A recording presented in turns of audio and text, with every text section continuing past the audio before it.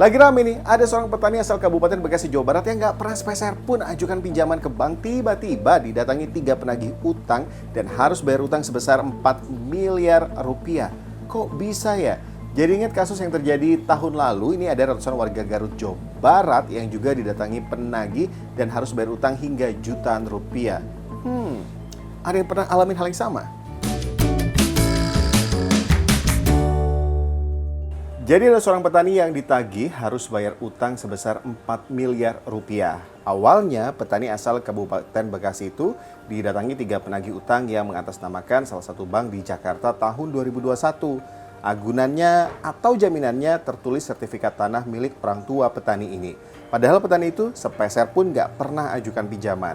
Setelah dicek semuanya, ternyata data yang dipakai untuk pengajuan itu palsu. Meski menurut pengakuan korban, sertifikatnya memang pernah dipinjam sama orang lain. Karena ada dugaan pemalsuan data, korban akhirnya melaporkan kasus itu ke polisi. Kasusnya ini bermula si korban menitipkan sertifikatnya. Ini digadekan. Nah, akhirnya semua dipalsukan identitas korban, kemudian semuanya dipalsukan. Dan kalau untuk pemanggilan yang terlapor sendiri atau ini udah ada rencana kan untuk dipanggil? Tentunya kita harus melengkapi saksi dulu. Setelah saksi lengkap, semuanya lengkap, baru arah ke si terduga, si pelaku. Dan dari ini kan nggak hanya terkaitan pemalsuan kan, tidak hanya terduga pelaku dan dari bank atau dari notaris, seperti apa nih? Nanti kita lihat penyelidikannya dulu ya Mas ya. Kita lihat penyelidikannya seperti apa. Kalau memang ada arahnya ke sana, pasti akan kita tindak lanjuti. Kasus ini hampir serupa dengan kasus yang terjadi di Garut tahun lalu. Nah, kalau yang ini ada ratusan warga desa Sukabakti, Tarogong Kidul, Garut tiba-tiba ditagih utang mulai 2 juta hingga 15 juta rupiah oleh sebuah lembaga pembiayaan mikro permodalan nasional Madani. Diduga dilakukan seseorang yang mencuri data KTP, NIK hingga kartu keluarga warga untuk mencairkan uang. Kasus itu pun sampai ditangani polisi hingga pemerintah daerah.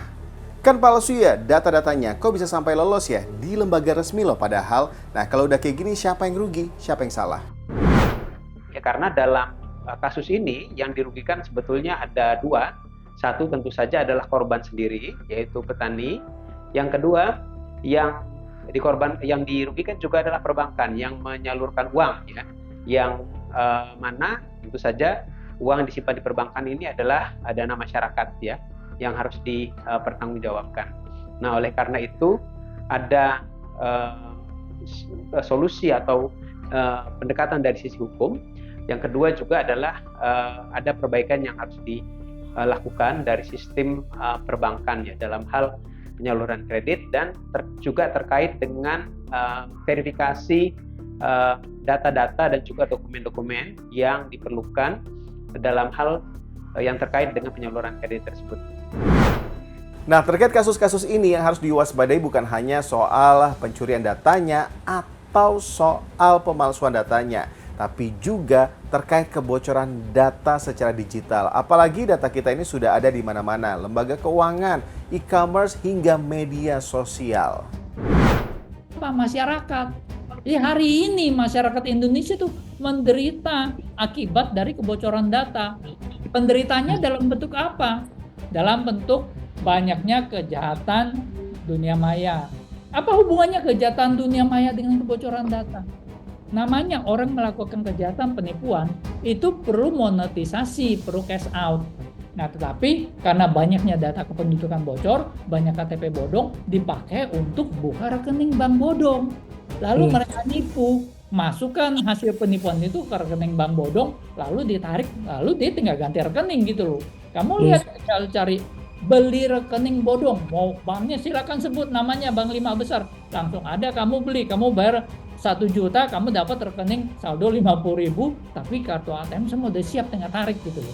Pemerintah untuk pengelola data, bukan cuma pemerintah ya, penyedia layanan e-commerce dan sejenisnya yang mengelola data masyarakat, ya yang harus dilakukan ya banyak sekali ya. Mereka Jadi mereka kalau mengelola data, mereka memiliki kewajiban untuk mengamankan data dengan baik. Menjaga keamanan data pribadi sudah pasti dimulai dari diri sendiri, tapi seiring banyak digunakannya data pribadi untuk keperluan administrasi di berbagai institusi. Dan ingat, era digital, data kita ada di mana-mana di berbagai platform. Kerahasiaan data jadi tanggung jawab semua. Makasih udah diskusi.